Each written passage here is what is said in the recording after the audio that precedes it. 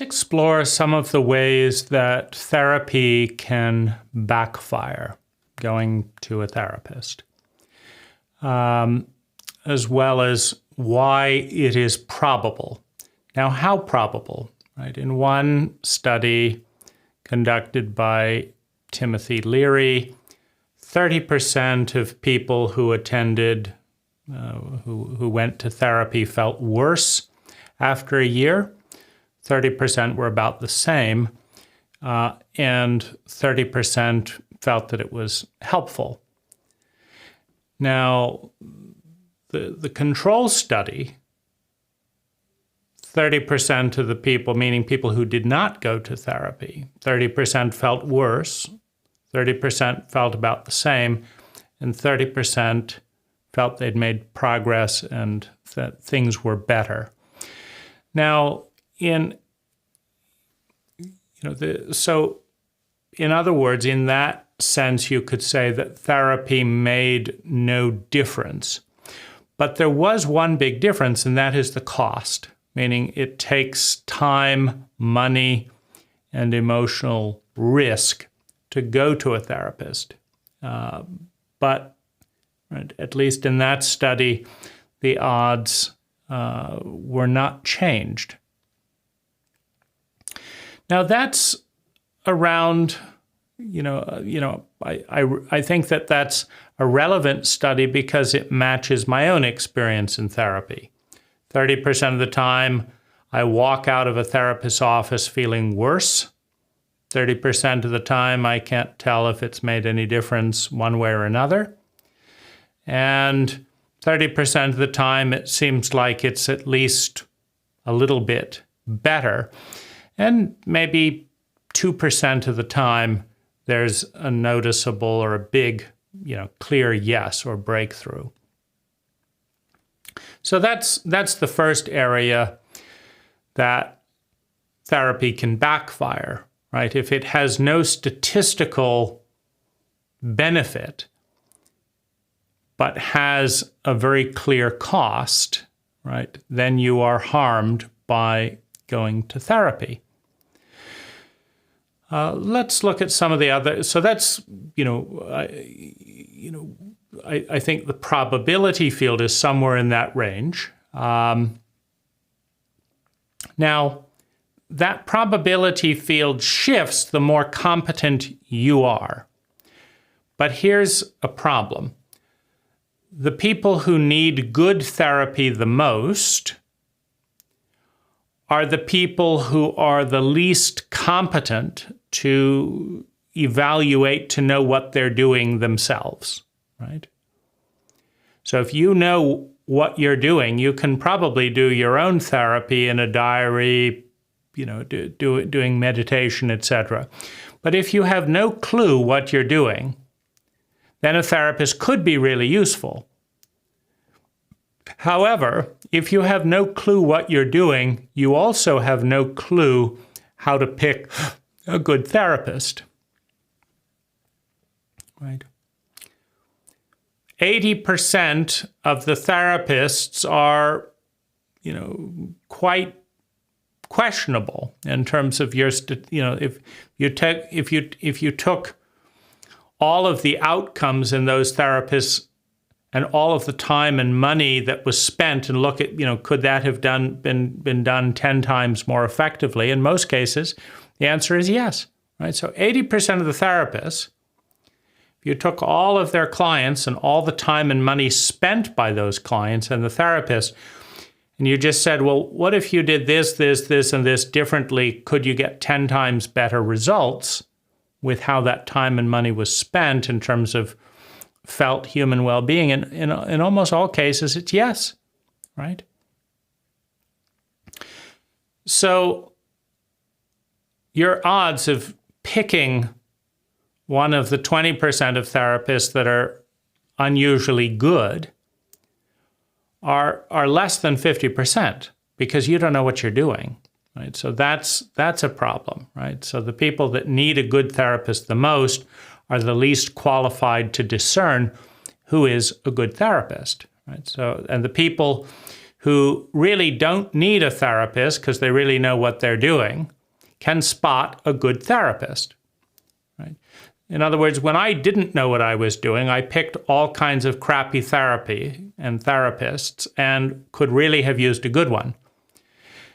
Now that I know more of what I'm doing after spending 1,000 hours studying trauma and different best practices around therapy, I don't need a therapist as much, but I'm good at picking them, right? So there's a catch-22 there. But let's look at some of the ways therapy can backfire. Well, there's a very good chance that the therapy will not work on the core issues. And the core issues tend to be around dissociated trauma. We are a very traumatic culture. We pass down intergenerational trauma, much of it pre-verbal. And then we do a very good job of dissociating it. The whole idea of being a professional in America is to not get emotional. That's one of the singular, like, how do you know that the person is being professional? You are cool. You are professional, right? You say the right things regardless of what you feel. And you do not get emotional, and you do not, whatever you do, you don't cross the line. Now, what's the line, right? Someone starts crying, well, you don't give them a hug. You sit there and take notes, right? You don't cross the line. You don't get involved. You behave cool and collected and professionally, right? You have a nice office, right? And you sit there and you do this and you follow the protocol. But that's not what a human being needs in grief, right?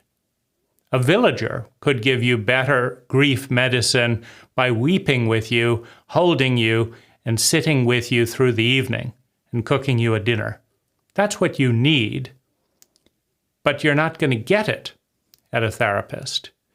And in many ways, because professionalism has been defined as keeping a distance, being unaffected, being organized, having a nice office, dressing well, and leaving the client to feel isolated, right? Basically, I'm going to be here with you and show no emotion. And I'm going to follow my protocol. And I'm going to charge you more money if I can do a good job at that than if I start saying things. Oh, you broke the protocol. You interrupted. You're getting too close to the client. Right? So it's backwards.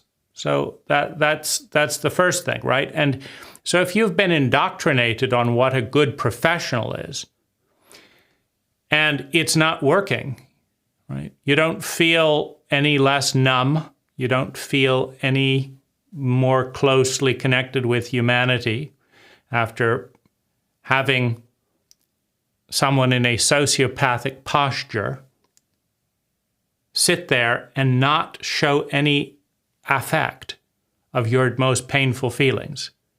The whole communication is saying, you have nothing to do with me. I'm not going to weep. I'm not going to hold you. I'm not going to share anything about my life and my stories and how I understand. I'm going to leave you feeling completely and utterly alone. And then I'm going to say, 50 minutes is up. Get a check. And come back next week. Now, if you need to cry all night, that's on your, that has nothing to do with me. I'm a sociopath. I have no feelings. My job is to maintain the boundary, the composure, and your job is to show up and fit into my box, my system, and pay for it, whether it works or not. So that's, I think, another danger area where therapy can backfire is I've never had a therapist gather data about how good they are and how they affected me. They don't ask. And if you want to tell, you risk, right? You risk creating a reaction in the therapist. And also you have to pay to tell them what a shitty therapist they are. So you're now paying more money and getting more reactivity, and you're still not getting good therapy, right? So that's, so you can pick a crappy therapist. They're not going to ask, am I a good or a bad therapist? How well did this help you? Did you feel less lonely? Do you feel more energy? Do you feel more clear about what to do? Do you feel this? 1 to 10, how good was this time? I've never met the therapist that asked, right? So that's a sampling of 20. But that is the single most important thing that someone trying to help you does ask, because it's all subjective and they need to hear from you. They don't ask. Now, if you volunteer and their model tells them that they're supposed to do this, this, and this, and you tell them it's not working, they don't know what to do, right? So they may reject you, which then adds to your abandonment trauma. Right? They do, right? It's like, oh, I don't think I can help you. So maybe this person, right? Just wander around being rejected by therapists, and no one takes any responsibility. Now, the other area that you can be harmed or therapy can backfire is if the therapist doesn't in any way acknowledge that they are incompetent, and yet they don't help. And they charge you money for their incompetence. You're hurt by the money, you're hurt by the time, but you're also hurt by the message, which is that it's your fault. Because if Best Buy takes your laptop and a week later gives it back to you, and you say the screen still doesn't work, they don't keep the money, right? If you've hired them to fix your computer screen, and a week later you give them they give it back to you, and you turn it on, you say the screen doesn't work. They say that's on us. We apologize. We didn't do our job. Here's your money back. That's not what a therapist does. The therapist sits there, takes some notes, right? Pretends that this is the way it should be, and does not give a refund. Now, what's the message in that protocol? The message is if anything's wrong, it's your fault, right? So you go in thinking the therapist knows what they're doing, but the therapist does not know what they're doing. As a result, following their lead does not create better results.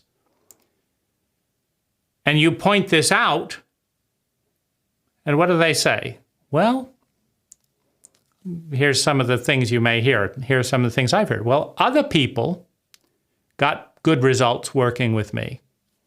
I.e., if you were as good as other people, you'd get those results too. But, well, apparently you're not good enough. Now, if that's the underlying issue you're dealing with, right? Why did your parents hit you? Well, your child, your infant says, I must not be worthy, right? I must not be good enough. You go to a therapist, their protocol doesn't work. They don't bother checking because what? You're not worth checking on? You point out it doesn't work, they deflect it back at you and they keep the money, right? So what is the message? You're not worth learning good therapy for. You're not worth checking on. You're not worth giving a refund to. And you're not even worth understanding the core issue of worthiness. And so we'll add to that core issue. And then you can decide whether or not to pay me more money to repeat the abuse cycle or wonder what's wrong with you. I'm here for you, they say. Meaning I'm waiting for another check and another abuse cycle and a blank stare that says it's all your fault if things do not get better. Now, if you do not do much therapy, you can actually believe that it's your fault, right? But after you've done $100,000, $200,000 of therapy. And you've done the same protocol again and again, and you notice it isn't, and you brought it up. It doesn't seem like this is leading anywhere. Then you may get a clue that it's actually the protocol that's at fault.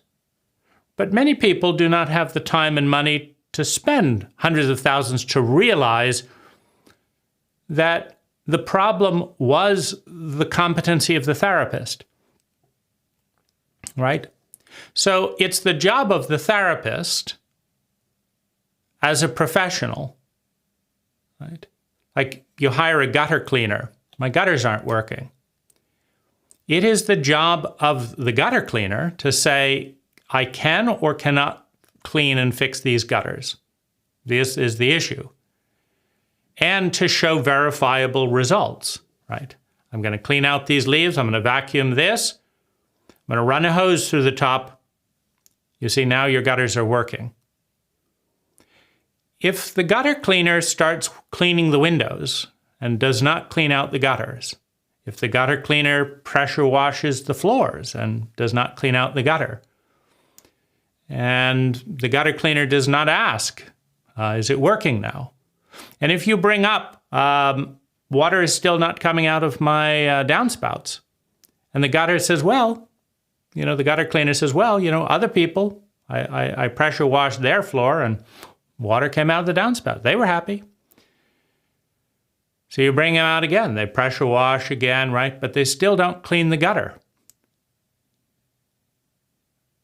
You don't pay, right, for that. And you write a bad review, right? I mean, I hired this person to clean out the gutters. They didn't. My gutters aren't clean. And they couldn't do anything about it other than say, just keep hiring me, right? Now, this is another, I would say, pitfall in the territory of therapy, because you know when you hire a gutter cleaner what the outcome should be. And since you've cleaned gutters effectively before, probably, you also know that it should take 1-2 hours, right, to clean those gutters. So if 2 hours goes by and they haven't done the things to clean the gutter and there's no water coming out the downspout, then you know that they are an incompetent professional. But with therapy, the whole thing is, it takes time. Well, how much time? Well, that depends on you, right? If you're a good enough client, it could probably be done by lunchtime. But, right, clients are difficult. It's tricky work, right? So being probably an unusually difficult client, maybe it takes 6 months to see any results. First, we have to establish trust. You've got to trust me. Well, do you have any data? Have you gathered any data from your clients to suggest how often you're right? Have you asked your clients? Have you gone back to past clients? Like, do you regret have you done any surveys at all to see how long your therapy is effective for? What's the percentage of change? How much money was spent to get that percentage of change? Have you done any data gathering to present to me? Has an independent survey person done any of that? No. Well, the truth is that a lot of people, having shared their most vulnerable things, are afraid of being manipulated and judged by a therapist because they manipulate and judge themselves. They don't accept themselves. That's the problem.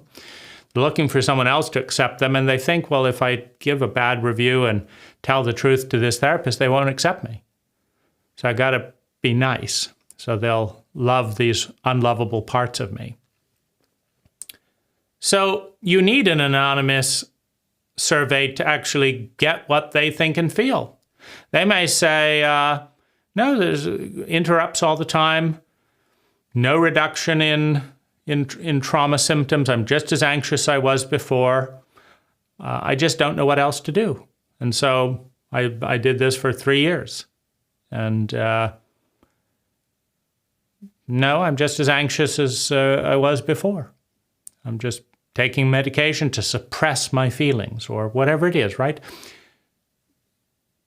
But the therapist wants you to trust a blindness, meaning why would you trust someone that isn't gathering results, that isn't getting feedback as to how well they're doing? And where the feedback is going to be skewed towards the positive, both for politeness and to minimize the risk of a backlash, because it's an asymmetrical relationship. The client opens up into their most sensitive areas. The therapist does not. i.e., in a fight, the therapist can hurt the most sensitive areas. The client cannot. All right? So that is a power imbalance that does not encourage people to initiate critical feedback. Now, if you compound that with the fact that the therapist does not ask for critical feedback, and as I say, I have yet to meet the healer or therapist who asks for critical feedback, ever, in hundreds of thousands of work with more than 40 practitioners, not a single professional wants to know the nuance of how they're doing and in what areas.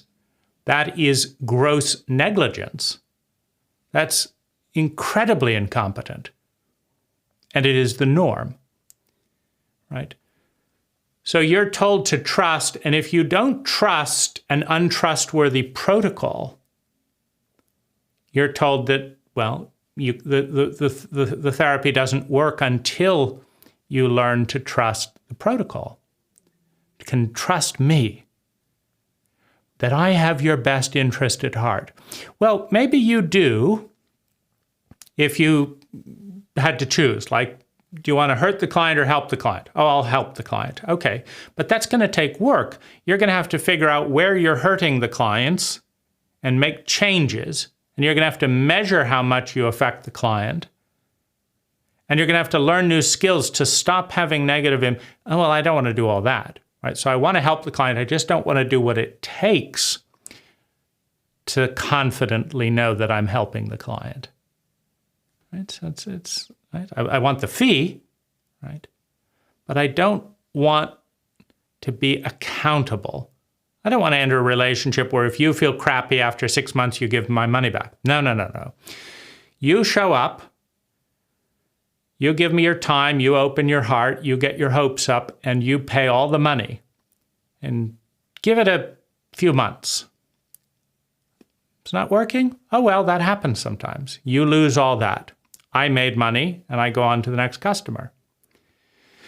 So that's an asymmetrical thing. That's not a trustworthy proposition, by the way, right? If I'm a landscaper by profession. If I say, I'm going to design your landscape, that's going to cost you $1,000.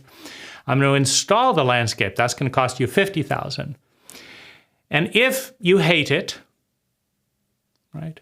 And if all the plants die, and if you wish you'd never hired me again, oh, well, then you can just hire another landscaper to do that. No, you have a warranty. And there's interest in how it is. It's this, there's a warranty, and it's up to me to make sure that the plants live and the driveway doesn't crack. And if it does, it's up to me to give a partial refund. Like, the driveway cracked. Wasn't supposed to. It did. That's on me. What's that crack worth to you? Okay, you want a $3,000 deduction because you wouldn't have done the driveway if you'd known. Okay. I have to make it right, or I'm not trustworthy, right? Because if you wouldn't have hired me knowing there was a crack in the driveway, you thought there wouldn't be. I told you we do great driveways. Then there's a crack in the driveway. Like, what if you want the whole driveway torn out because you wouldn't have wanted to do that, right? A really ethical person would do that. Okay, we're going to tear it all out. We're going to re-pour it. There will be no cracks in your driveway. Doubles my cost, but that's what you deserve as a client. No therapist has that ethics. I've given people 100% refunds in my company on line items that didn't work out. I told them this was the solution. I installed the solution. It didn't work. They say, hey, it didn't work. I say, you're right. How can I make it right for you?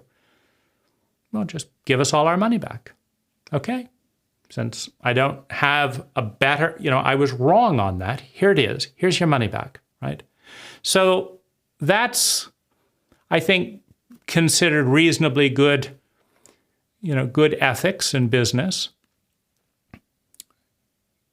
Now, there's a couple of parts of it. First of all, I don't blame the client. I don't say, well, I've done this same protocol on other jobs, and it worked for those clients. Right? Well, it didn't work here, right? Well, but it worked on other clients, right? There's something wrong with you. And see, no client would buy that. What do you mean there's something wrong with me? You poured the concrete, it cracked. It's bullshit, right? And then you have the other thing, well, they were happy, right? Yes, but I'm not. They didn't mind the crack. I just spent $30,000 on a driveway. I mind. I don't want that crack. What are you going to do about it? So, right? That quality of trustworthiness is nowhere to be found in any of these therapists. I do what I do. Some people are ready for it, some aren't. Some people are happy, some aren't. That's just the way it is. And if you're left in a mess after this, if you feel enraged and never want to work with a therapist again because I treated you so incompetently, well, you can just hire a therapist to talk about how enraged you are at therapists. Right? So just spend more money. So you can be harmed by therapy in the underlying message that it's just not worth my time and energy and to figure out and make sure that you get money. Now, that is another backlash, right? If you go to a couple of incompetent therapists and you are left in a worse state, I've done that a number of times, there will be a natural part in you that says, fuck it, no more therapy. Right? If you go, let's say you break your arm. You break your arm, you go to a hospital, and the doctor gives you the vaccine for measles rather than the painkiller. So now you have a reaction to the vaccine, and you're still in massive amounts of pain, and they say, oh, whoops. But you say, fuck this, I'm not working with this doctor, right? So you go to another hospital and they charge you $20,000 a night and bungle the operation. Oh, we didn't put the right pin in, so we're gonna have to take you. And it's like, fuck this. You have both made my arm worse. Now, if that goes on and you say no more hospitals, that's also a harm, because there probably is a good hospital that would get the operation right, and then you'd have use of your arm again. But if you have too many crises where the professional makes things worse, you can then basically say, obviously, I don't know what I'm doing in picking hospitals, and the hospitals don't know how to take care of their patients. I desperately need a good hospital, but it's too risky, so I'm not going to go to a hospital. I'm just going to deal with all the complications of my arm not getting proper surgery. Right? And this is a state that people legitimately find themselves in. Right? So I think those are the biggest areas of where therapy can harm you.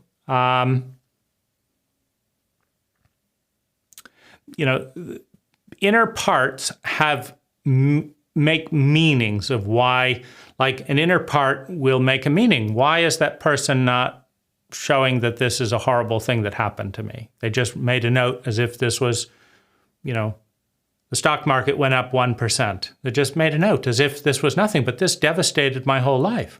I thought this was a big deal, but their face says nothing. Apparently it's not a big deal.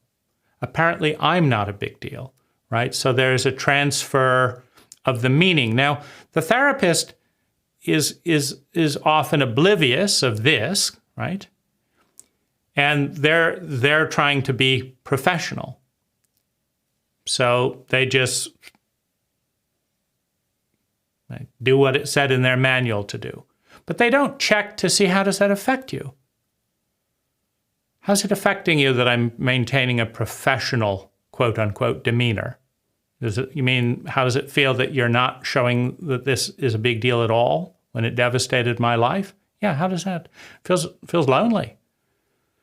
I'm wondering, what am I doing here? You're like a robot.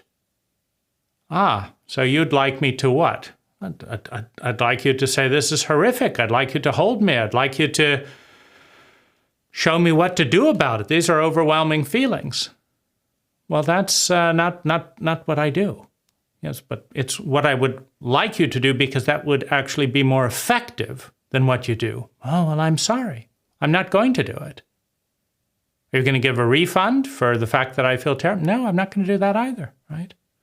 If you'd like to talk about how this makes you feel, I will sit and take notes impassively next week, and you can give me more money. And of course, I won't change anything or apologize or give you a refund, but you can tell me how you feel about my incompetent therapy. Okay? No, the whole thing is shitty. I don't want to be in this situation. I don't want to have wasted time and money to get to this point. How did you get taught to be a sociopath, right? A common villager in a healthy culture would respond better than you are, because that's what human beings do. Empaths that feel things, that's what they do. But you've been trained to be more sociopathic than average. This is progress, and this is why you're getting the big bucks? No. So you can be severely confused, shamed, humiliated by incompetent therapists. You can waste a lot of time. You can give up hope. You can believe that it's all your fault. You can feel it's pointless to try because everyone said, go see a therapist. You saw this one, you saw that one. Feels worse. What's wrong with me, right? And you're not going to be helped through that because it's not in the interest, psychologically or financially, of the therapist to understand their incompetence. If they can get people to go along and pretend that it's all their fault, they'll do it. Right? I've even gone back to therapists and say, look, I demonstrated traumatic symptoms here, here, and here. Why didn't you either refer me to a trauma therapist or tell me what trauma was? And they said, trauma isn't my thing. But you're taking money, and trauma is my thing. And you need at least the competence to refer me to someone who knows what they're doing. No, that's not, no. You came to me, right? I didn't call you and say you had to come in to deal with your trauma. No. You came to me and asked me for help. I did. And you didn't help me. Yeah, but it was your job to know that you needed a trauma therapist. No. If I knew that much, I probably wouldn't need a therapist. I certainly wouldn't have needed you, right? It's your job to say, no, I don't do that, I do this. It's your job to be able to recognize one of the most basic patterns, right? So the amount of just cowardice and incompetence in the therapeutic community around this whole thing is enormous, right? It doesn't help the fact that because the model doesn't work, many therapists have severe personal issues, which is why they studied psychology in the first place, and that the models they learned didn't help them clear that stuff up, right? And so if you reveal so that they're not in a competent place to deal with being inadequate, right? Because they are inadequate, but they don't want anyone to know because they've got their own shame around that, right? So they're hoping you'll take it on so that they can feel good about themselves based on blocking that data rather than actually learning to be competent. Right? So it's a mixed bag there.